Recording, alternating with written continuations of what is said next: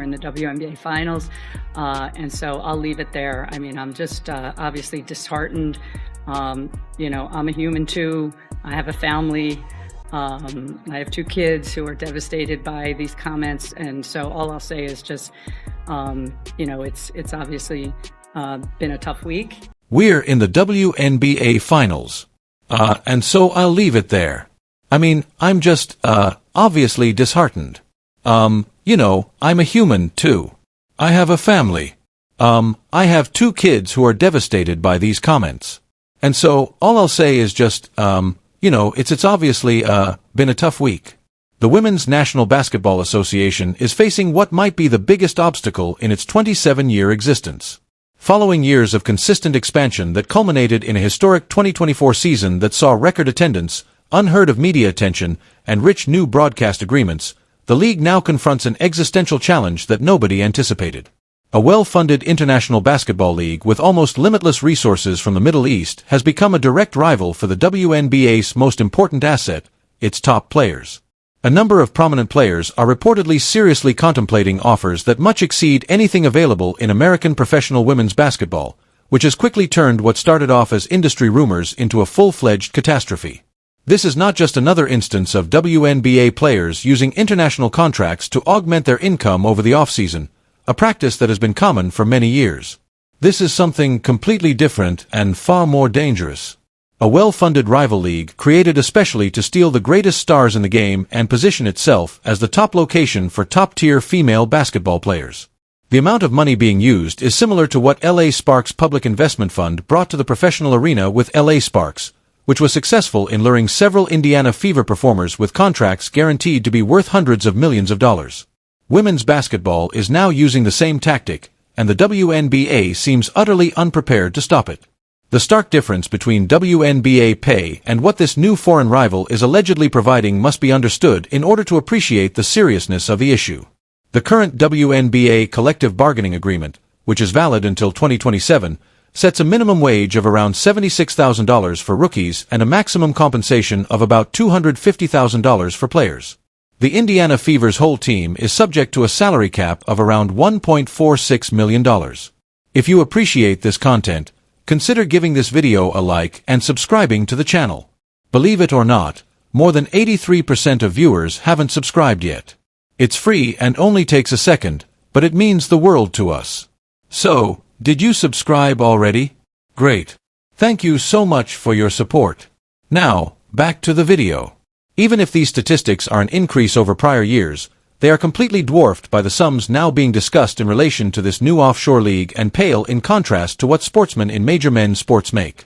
According to reports from several sources, this global project, which insiders have dubbed Project B because of the secrecy surrounding its formal launch, is willing to pay role players a starting salary of almost $2 million athletes in the WNBA, who might make between $80,000 and $150,000. By today's WNBA standards, the statistics for elite players become quite unfathomable. While the league's best players are allegedly receiving offers that might reach $100 million in guaranteed money over multi-year contracts, mid-tier talents could possibly earn $5 to $10 million yearly. According to some of the most aggressive rumors, the league's biggest acquisition may get up to $200 million. These are not only little pay raises. They signify a total overhaul of the women's professional basketball industry's financial structure. To reach the same gross earnings as a single season at the $2 million baseline in this proposed league, a player making $100,000 in the WNBA would have to play for 20 years. There is no denying the hard fact of mathematics. This degree of financial inequality is difficult to overcome regardless of passion, patriotism, or dedication to expanding the sport domestically. Regardless of other factors, professional sportsmen have infamously brief careers, and the chance to guarantee generational riches in a single deal is very tough to decline.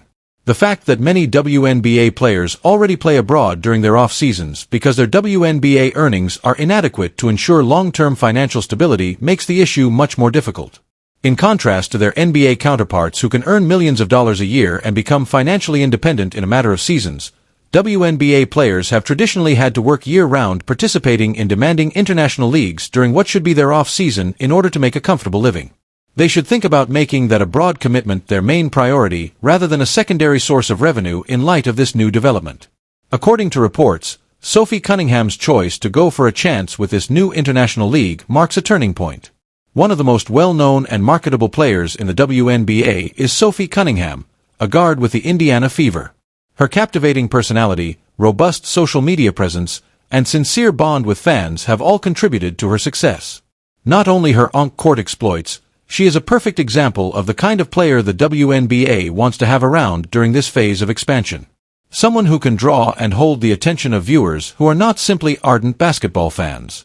According to reports, Sophie Cunningham has signed a deal for several $1 million a year, which would surpass her total career earnings from her 6 WNBA seasons.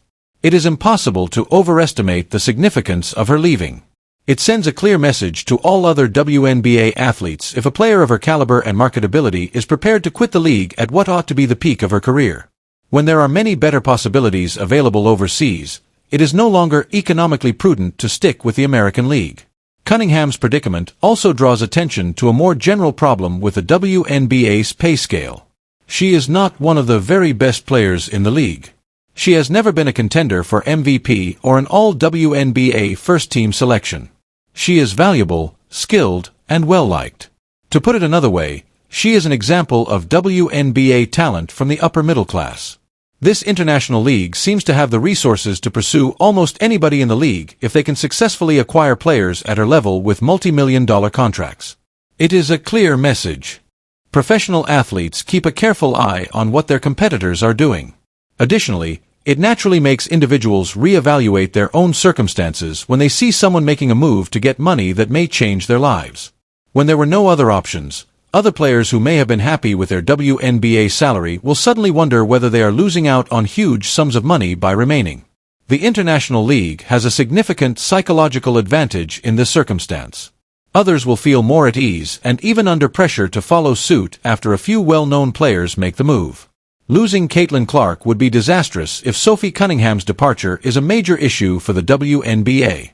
Perhaps the most important person in women's basketball today is Caitlin Clark, who finished her debut year with the Indiana Fever. Television viewership during her last year at the University of Iowa was on par with, and sometimes higher than, NBA playoff games. She gave women's collegiate basketball previously unheard of popular exposure, and her entry into the WNBA sparked a comparable increase in interest at the professional level. Attendance at Indiana Fever games hit all-time highs, as did attendance at competing venues when the Indiana Fever visited. Games starring Caitlin Clark established records for television ratings. Her presence in the league was seen as essential to the WNBA's potential to build on its momentum and attract a wider audience. She is quite simply the athlete that casual sports fans came to watch.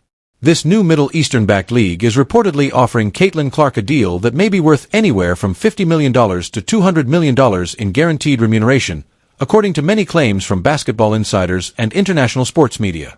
The fact that discussions are still underway and specifics are still changing is probably reflected in the broad range of reported estimates. However, even the conservative end of that projection amounts to a level of money that the WNBA could never realistically equal. With her current WNBA rookie deal, Caitlin Clark makes around $76,000 a year. She would make around $250,000 a year, even after a few seasons when she is qualified for a maximum deal. It would take 200 years of playing at the highest wage level to earn $50 million in WNBA salaries alone.